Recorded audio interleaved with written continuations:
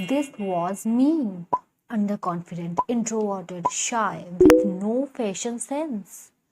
But this is me now, working on myself, confident, taking care of my body, and learned how to dress better. तो इस शाय स्वाति से इस confident Swati बनने में मुझे बहुत ही लंबा टाइम लग गया। आज भी याद है जब मैं स्कूल में थी तब मेरी एक टीचर ने मुझे बोला था कि स्वाति तुम बहुत ही भोली हो, बहुत ही सीधी हो, पता नहीं तुम कैसे इस वर्ल्ड में सरवाइव कर पाओगे। स्कूल के टाइम में मैं बहुत कम बोलती थी। जब मैं कॉलेज में आई तब मैंने थोड़ा बोलना स्टार्ट करा था। मैं तब इतनी चुप चुप नहीं रहती थी, बट उस टाइम भी मैं सिर्फ जो मेरे क्लास में थे उन लोगों से ही बात करती थी। दूसरी क्लास के स्टूडेंट से कभी बात नहीं करती थी। मुझे पता ही नहीं था कि कौन मेरे जूनियर्स है, कौन मेरे सीनियर्स है। कॉलेज से घर और घर से कॉलेज, बस यही मेरी लाइफ थी। बीकॉम तक मैं ऐसी थी, कोई और एक्टिविटीज में पार्टिसिपेट नहीं करती थी। मुझे लगता था कि अगर बस अब अच्छे मार्क्स आ रहे हैं, एग्जाम्स अच्छे जा रहे हैं, देन बस इतना ही चाहिए।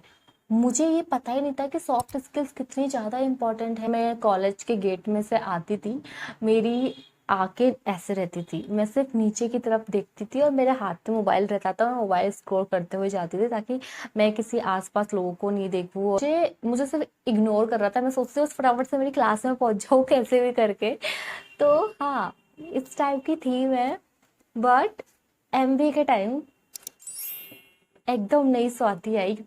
उस टाइम मैंने मेरे कॉन्फिडेंस पे वर्क करना स्टार्ट करा था और तब मुझे रियलाइज हुआ कि मैं मेरे कॉन्फिडेंस को तभी बूस्ट कर पाऊंगी जब मैं मेरे कंफर्ट जोन से बाहर निकलूंगी। हमारी जब एमबीए की फ्रेशर पार्टी हुई थी उसमें मतलब परफॉर्मेंसेस भी होती थी, तो मुझे पूछा था कि मैं किसी कुछ परफॉर्म करना चाहती हूँ। तो तब मैंने बोला था कि ठीक है, मैं डांस में पार्टिसिपेट करूंगी, आप मेरा नाम लिख दो उसमें।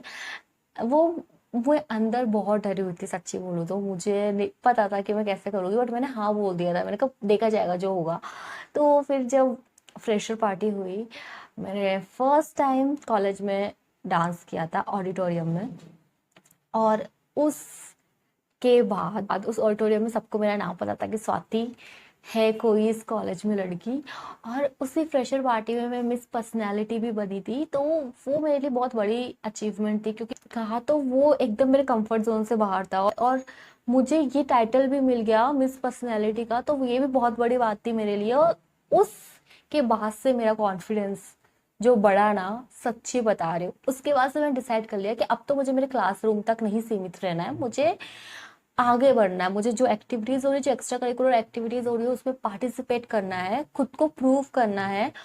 और ये भी एक एडवांटेज था कि जब आप ऐसे कुछ इवेंट्स में पार्टिसिपेट करते हो, देन आप कई नए लोगों से मिलते हो। जो आपकी क्लास में है उनके अलावा नए लोगों से मिलते हो। तो ये मेरे लिए एक अच्छी अपॉर्चुनिटी थी नेटवर्किंग करने की। ये सब से मैंने स्टार्ट किया था और उन 2 इयर्स में मेरा जो कॉन्फिडेंस बढ़ा वो बचपन से और कॉलेज के 3 इयर्स तक नहीं हो पाया था, जो उन 2 इयर्स में बढ़ गया था। तब मुझे रियलाइज हुआ कि यार कई बार हम खुद अपनी लिमिट्स को नहीं जानते। हम लोगों को पता नहीं होता कि हम कितने कैपेबल है, बट हमको लगता है कि हमसे नहीं होगा और ये सोच के हम ट्राई भी नहीं करते हैं। बट अगर हम ट्राई नहीं करेंगे तो हमको कैसे पता लगेगा कि हम ये चीजें भी कर सकते हैं। अब आपको लग रहा होगा कि अब तो मैं एकदम कॉन्फिडेंट हो चुकी हूँ, पब्लिक स्पीकिंग का डर मेरे में से निकल चुका है।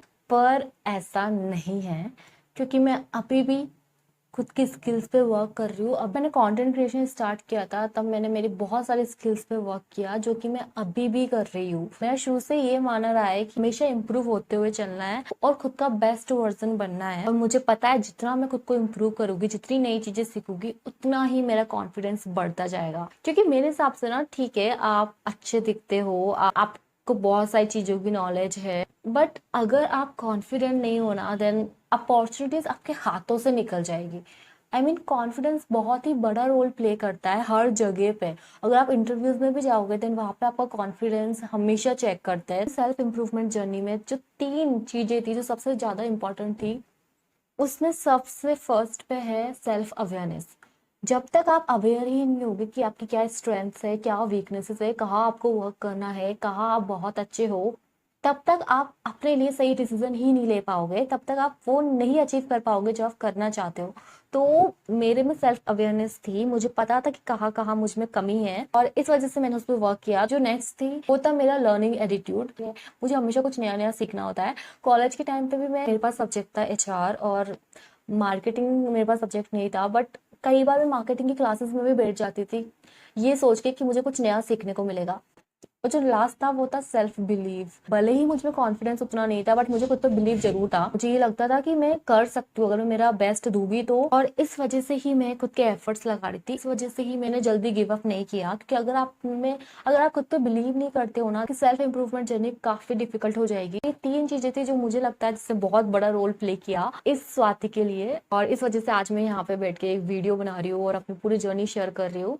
तो ये वीडियो भी मैंने इसी वजह से बनाया था कि कई लोग हैं जो बहुत ही कैपेबल है, बट उनमें कॉन्फिडेंस की कमी के कारण वो अचीव नहीं कर पा रहे जो वो करना चाहते हैं, और वो बस अपॉर्चुनिटीज को मिस करे जा रहे हैं। तो ये वीडियो सिर्फ उन लोगों के लिए है ताकि वो ये समझ सके कि क्यों कंफर्ट जोन से बाहर आना इतना जरूरी है, क्यों खुद के लिमिट्स को पुश करना जरूरी है, क्यों खुद पे वर्क करना इतना जरूरी है।